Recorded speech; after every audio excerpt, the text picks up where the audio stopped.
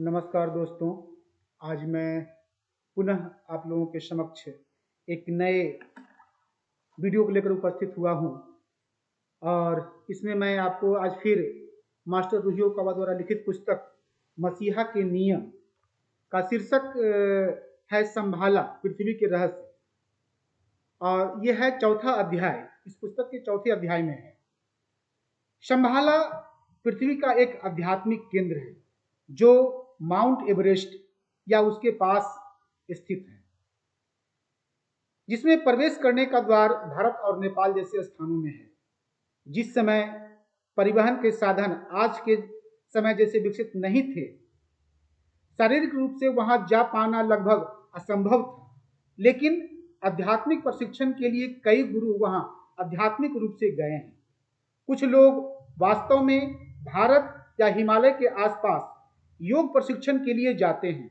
जो लोग यहाँ शारीरिक रूप से नहीं जा पाते, उनकी आत्माएं नींद के दौरान उनका शरीर छोड़कर प्रशिक्षण के लिए वहां जाती हैं।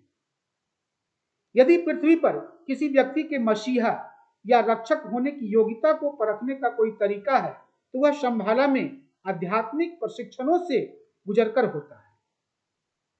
बेशक कुछ योग्य मसीहा हुए हैं, बाकी बहुत से मसीहा बनने योग्य लोग भी हैं।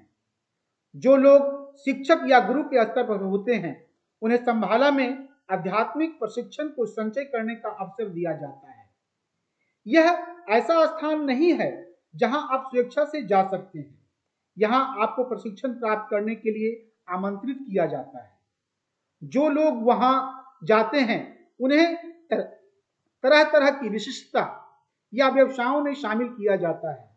उन्हें अंतिम चरण में अपने क्षेत्र में महारत हासिल करने के लिए आध्यात्मिक जागृति का अनुभव करने की आवश्यकता है।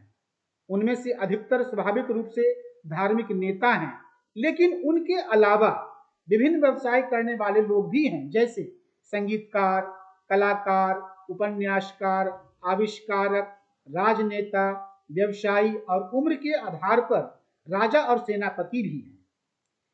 यह स्थान सिर्फ कुछ ही लोगों के आध्यात्मिक जागृति प्राप्त करने में सहायता करता है और लोग इसके लिए वहां जा सकते हैं।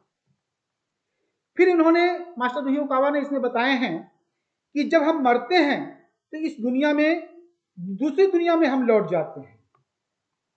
हम अभी तीसरे आयाम में रह रहे हैं, लेकिन इसके अलावा एक क्षेत्र ऐसा भी है जिसे हम चौथा आयाम कहते हैं।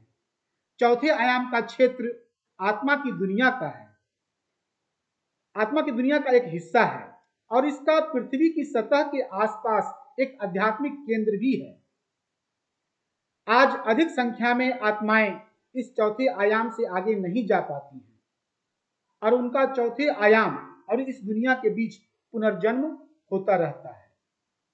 यह लगभग हर जानवर की आत्मा के साथ होता है, लेकिन मानव की आत्माओं में भी कई आत्माओं का पृथ्वी पर जीवन से अधिक लगाव होता है। वह इस दुनिया को भी असली घर मानते हैं। इस दुनिया को छोड़ने के बाद उन्हें लगता है कि जो वह करना चाहते हैं वह नहीं कर सकते, इसलिए वह जल्द ही वापस इस दुनिया में आने की इच्छा रखते हैं। इस तरह की आत्माओं की संख्या में तेजी से बढ़ोतरी हुई है, जिसकी वजह से अब विश्व की जनसंख्या बढ़ती जा रही है। यहाँ ऐसे भी जीव हैं जो दूसरी आकाशगंगा से आए हैं। इनमें से कुछ प्राणी संभाला में आध्यात्मिक और मानसिक प्रशिक्षण लेने पृथ्वी पर आए हैं। इसके विपरीत कुछ लोग पृथ्वी छोड़कर दूसरे ग्रहों पर जाते हैं और वहां आध्यात्मिक प्रशिक्षण लेते हैं। यह व्यक्ति की आत्मा की प्रवृत्ति पर निर्भर करता है। ऐसे लोग जो पृथ्वी पर अपना आध्यात्मिक प्रशिक्षण पूरा कर चुके होते हैं और विभिन्न प्रकार के प्रशिक्षण का अनुभव करना चाहते हैं, उन्हें दूसरे ग्रहों पर जाकर एक महान गुरु के अधीन प्रशिक्षण लेना होता है। इस अर्थ में संभाला पृथ्वी का आध्यात्मिक केंद्र है। अंतरिक्ष दुनिया से भी कुछ जीव पृथ्वी पर आध्यात्मिक प्रशिक्षण के लिए आते हैं। संभाला का एक बड़ा हिस्सा रहस्यों से भरा है और इसके रहस्य कभी बाहर नहीं जाते। हाल ही वर्ष में 1800 के आसपास संभाला के कुछ रहस्य थियोसोफी के रूप में सामने आए। वह समय विश्व के आधुनिकीकरण का समय था। उस समय भौतिक विज्ञान और वैज्ञानिक सभ्यता विकसित हो रही थी। उस समय जिन्होंने संभाला के रहस्यों को पढ़ाया, लोगों ने उन्हें धोखेबाज कहकर सताया और खारिज कर दिया। फिर भी संभाला के रहस्य ने दुनिया के कई धर्मों को प्रभावित किया। इस दुनिया में रहना तैरते हुए खरपतवार की तरह है। संभाला के रहस्य इन तैरते हुए खरपतवार जैसे धर्मों के लिए उनकी जड़ें विकसित करने और पानी के तल पर मिट्टी में जड़ें जमाने जैसा है। तो आज मैं आप लोगों के सामने इस मसीहा के पुस्तक के नियम का चौथा अध्याय भाग 1 का मैंने कुछ अंश पढ़ करके सुनाया। फिर मैं आपको एक नए वीडियो में इसका दूसरा भाग पढ़ करके बताऊंगा। तब तक के लिए धन्यवाद।